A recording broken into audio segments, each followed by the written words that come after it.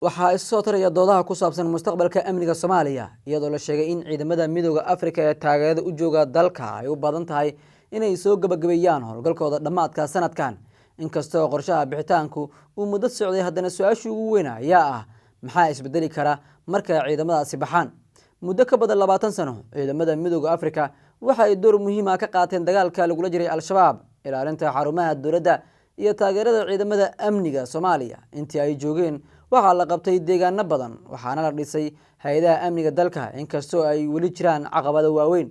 dawladda federaalka Soomaaliya waxa ay sheegtay in ciidanka xoogga dalka Soomaaliyeed uu maanta ka awood badan yahay sidii hore isla markaana uu si tartiib ah ula wareegayo mas'uuliyadda amniga dalka dawladda ayaa sidoo kale xustay in ciidamada Soomaaliyeed ay kordhiyeen howlgallada ka dhanka al-shabaab isla markaana tababaro iyo qalab cusub ay ka heleen dal saaxiib ah dhanka kale qubarada amniga ayaa qaba in bixitaanka ciidamada midowga Afrika uu noqon karo tijaabo adag oo lagu ogaanayo heerka ay gaarsiisan tahay awoodda ciidamada Soomaaliyeed waxay tilmaameen in meelaha qaar ay weli ka jiraan baahiyo la xiriira isku dubidda ciidamada saadka taageerada ciidanka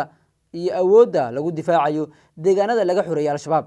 waxaa sidoo kale jira walaac laga qabo in al-shabaab ay isku day karto inay ka faa'iideysato isbedel kasta oo ka dhasha bixitaanka ciidamada midowga Afrika gaar ahaan haddii ay dhacaan firaaqooyin amni ama dib u dhac ku yimaada la wareegida fariisamaha ciidamada si kastaba ha ahaatee sida ay qabaan falanqayaal kale natiijada arrintaasi waxay ku xirnaan doontaa sida dawladda Soomaaliya u maareyso kala guurka amniga arrimaha siyaasadda gudaha ayaa iyaguna door weyn ka ciyaari doona marxaladan haddii dawladda federaalka iyo dowladgoboleedyadu yeeshaan iskaashi dhow oo ku saabsan amniga waxaa suuragal noqon karta in la yareeyo saameynta ka dhalan karta bixitaanka ciidamada midowga Afrika haddii uu sii bato khilaafka siyaasadeed waxay taasi caqabad ku noqon kartaa dadaalada lagu sugayo amniga dhinaca dhaqaalaha dawladda federaalka Soomaaliya waxaa laga filayaa inay kordhiso maalgelinta hay'adaha amniga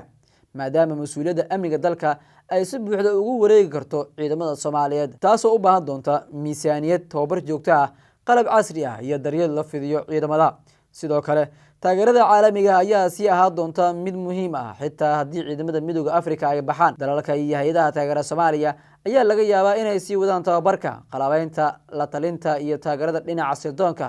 si loo xoojiyo awoodda ciidamada qaranka mustaqbalka Soomaaliya kadib bixitaanka ciidamada midowga Afrika ma aha mid si cad loo saadaalin karo waxaa jiri kara fursado muujinaya in ciidamada Soomaaliyeed ay si buuxda ula wareegi karaan amniga dalka halka dhinaca kale ay jiraan caqabado amni oo u baahan diyaar garow iyo iskaashi ballaaran ugu dambeyn guusha ama guuldarrada marxaladan waxay ku xirnaan doontaa dhowr arrimood oo ay ka mid yihiin awoodda ciidamada Soomaaliyeed wada shaqeynta hay'adaha dawladda taageerada bulshada iyo sii socoshada garab istaaga beesha caalamka sidaa darteed bixitaanka ciidamada midowga Afrika wuxuu noqon karaa bilow cusub oo Soomaaliya u horseeda isku filnaansho amni ama waxa uu noqon karaa marxalad u baahan dadaal dheeraad ah si looga hortago khataraha amni ee suuragalka ah